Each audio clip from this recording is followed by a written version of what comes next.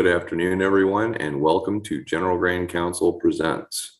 Today we are going to be hearing from Companion Mike Doxsee, Illustrious Companion Mike Doxsee, who is a past master of Highland Lodge number 762, Dwight L. Smith Lodge of Research under dispensation, and the current master of St. Andrew number 775. He's also the illustrious master for Enoch Council of Research under dispensation, and a member of just about every research and study organization that Masonry has to offer.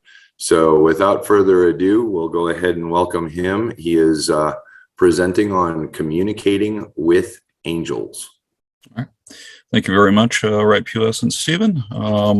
I'd also like to give a shout out to Most Illustrious Companion Reed Fanning for the invite.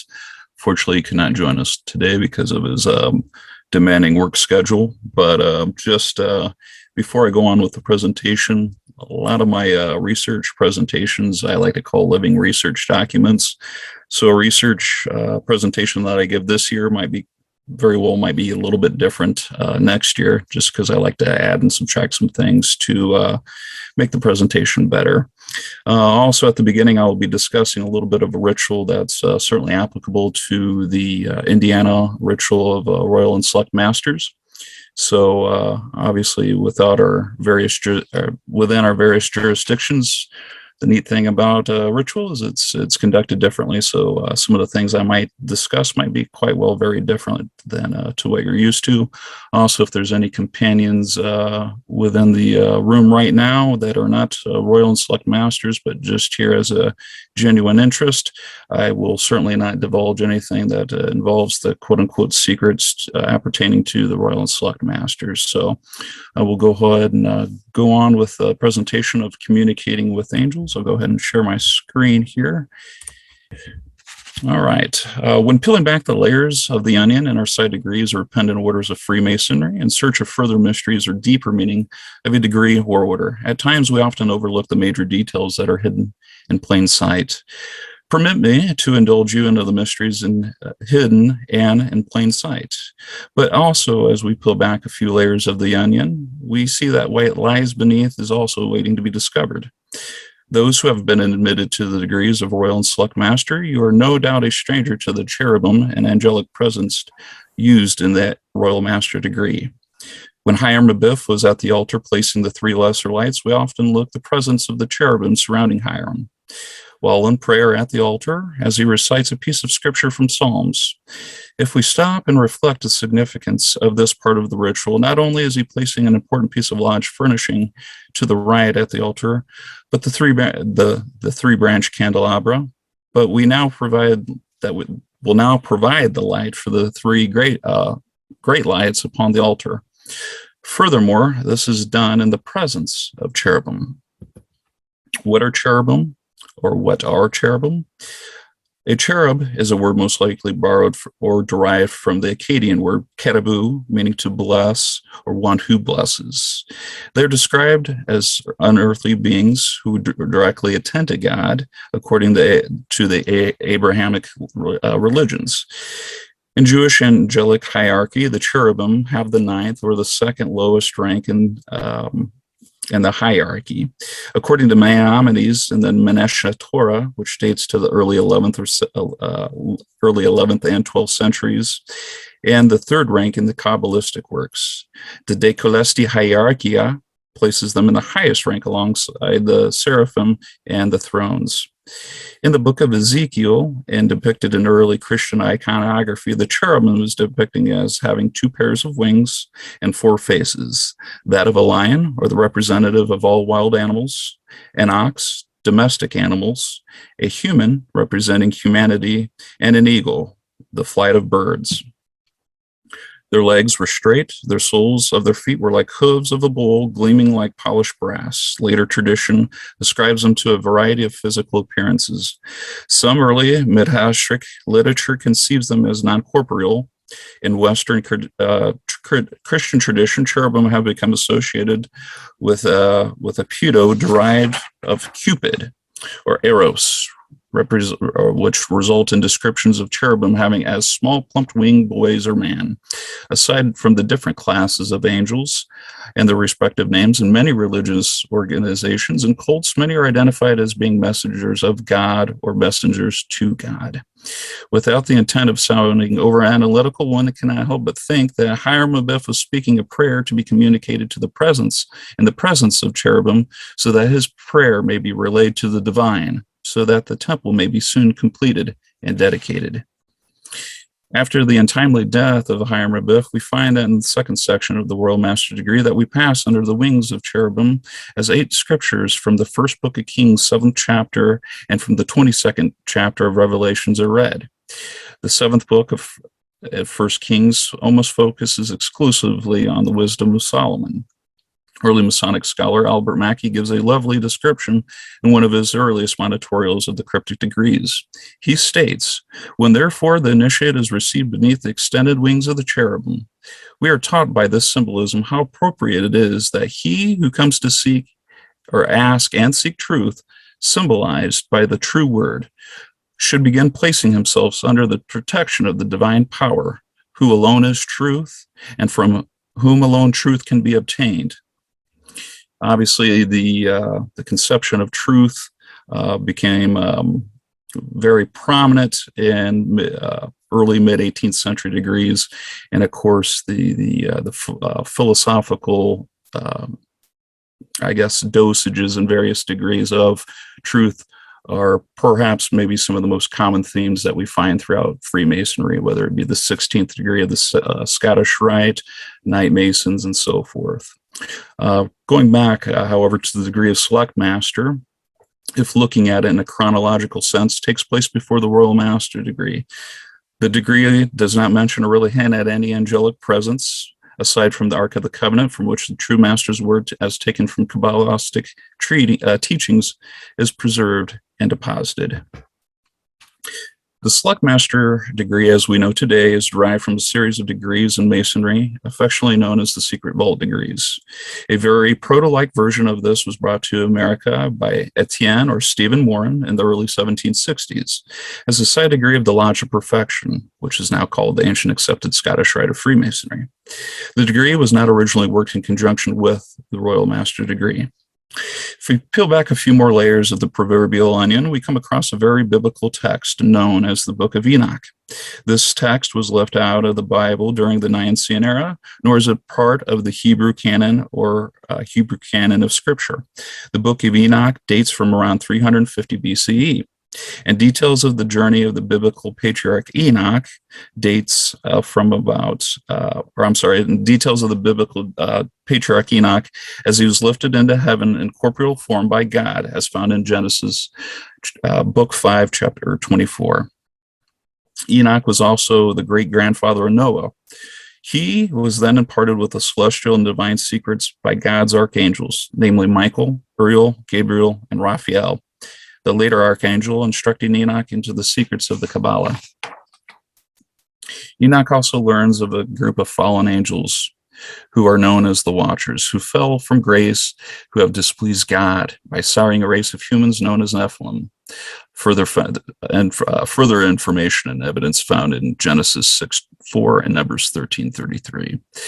Also by mating with this human women. Further, these roughly 200 fallen angels have taught mankind forbidden knowledge, such as the art of making enchantments and astrology. At this point, you are probably thinking, what does this have to pertain to Freemasonry and their Select Master Degree? Enoch knew that God would destroy the earth by either water or fire.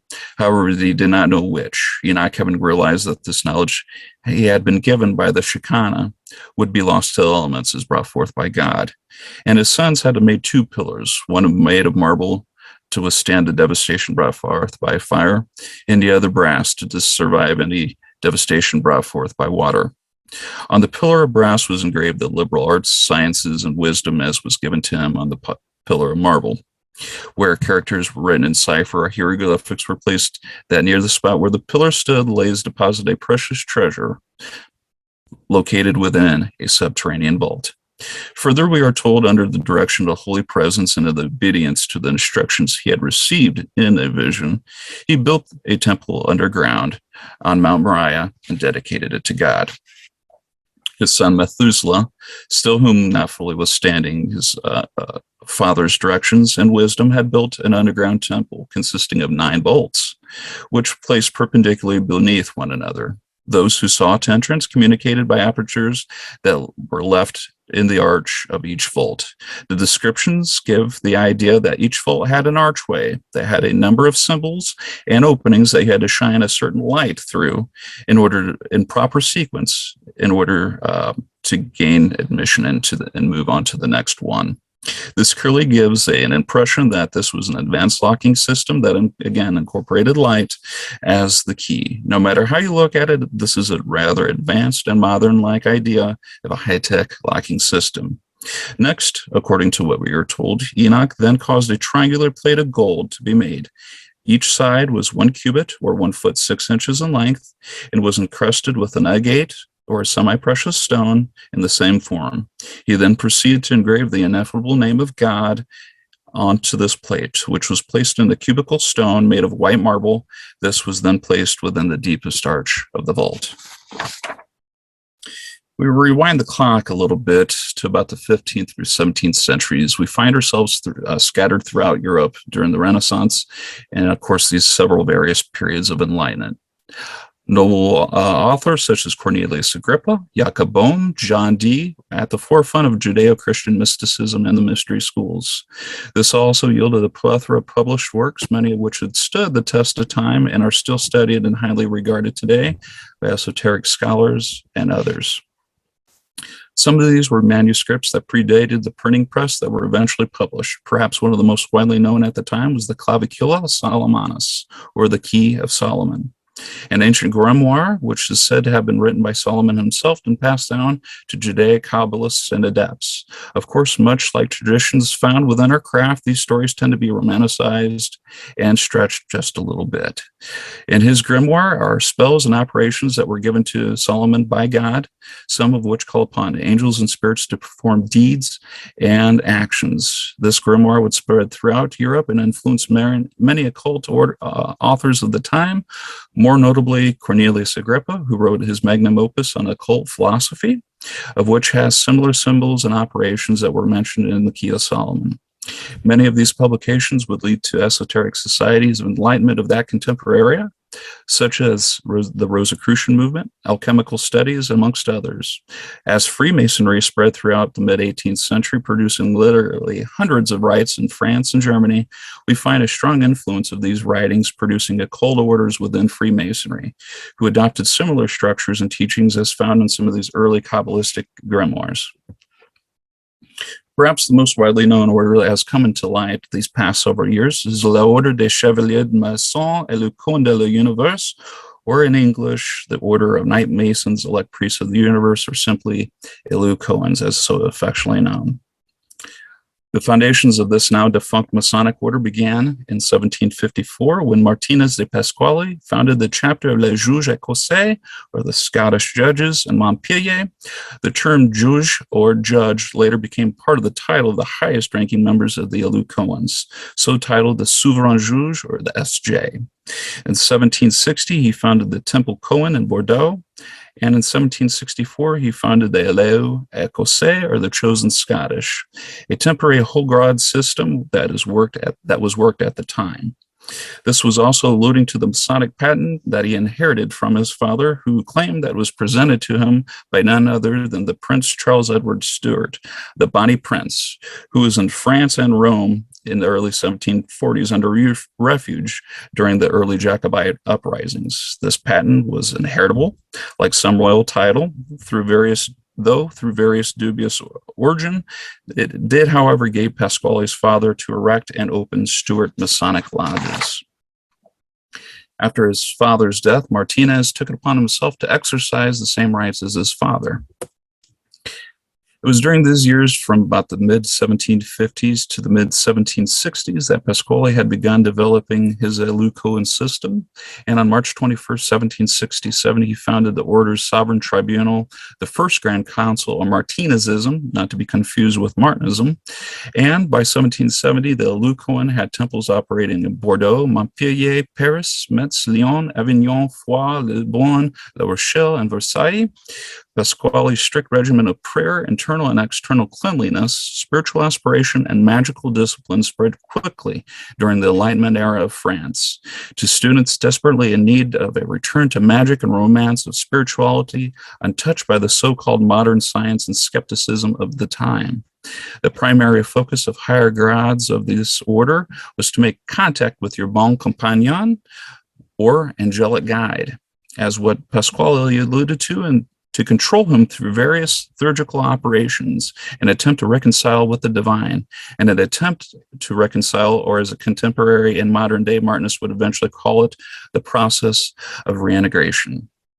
The Eleucoan Violette d'Agnon explains that the purpose of the order in this excerpt from a speech given from March 24th, 1788, that at the reception of Chevalier Guibert, and ordered that having for a goal to bring man back to his glorious origin, leads him by the hand by teaching him to know himself and to consider his relationships with the entire nature, of which he was to be the center, had he not fallen from his origin, and finally to recognize the supreme being from which he has emanated. However, in 1772, Martinez de Pasquale left France for family business for Haiti. 2 years later, in 1774, he died in Santo Domingo. Afterwards, his cousin Cagné de Lestre succeeded him as head of the order. And then, when the latter died in 1778, Sebastian de la Casas succeeded him until his retirement in 1780.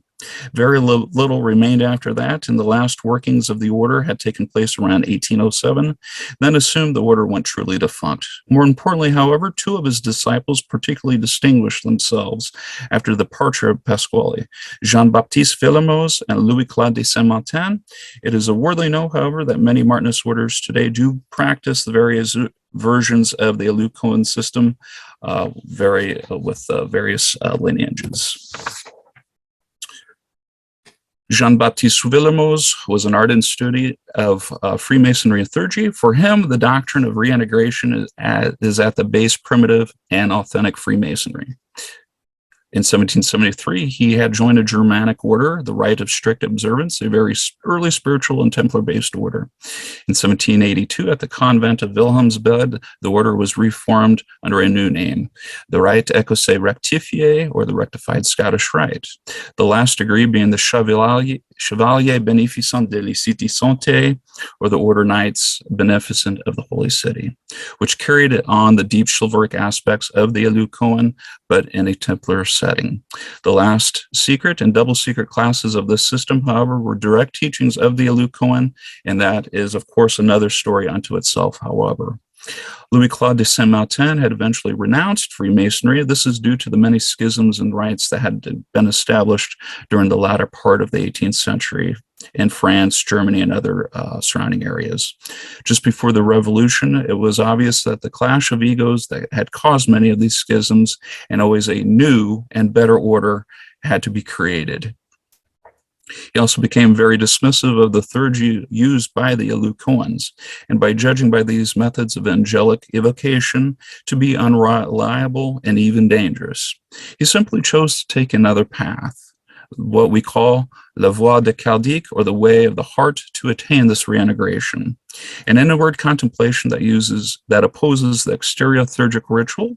This would lead into what we now know today as modern day Martinism, an esoteric order drawing from his name, but still drawing from the teachings of the Eleucoan and the rectified rite in various veins. A century later, a gentleman by the esoteric nomen of Papoose, whose real name was Giraud Encausse, a French physician and the modern day founder of Martinism. He wrote that the purpose of Martinism, the acquisition through the purity of the body, soul, and spirit of powers that enable a man to communicate with invisible beings, those that the churches call angels, and to thereby reach not only personal reintegration of the operator, but also that of all his disciples of goodwill. This is also maybe perhaps the most lovely and vivid way of further making ourselves as perfect ashlars for that spiritual building, that house not made with hands. And that does conclude my presentation.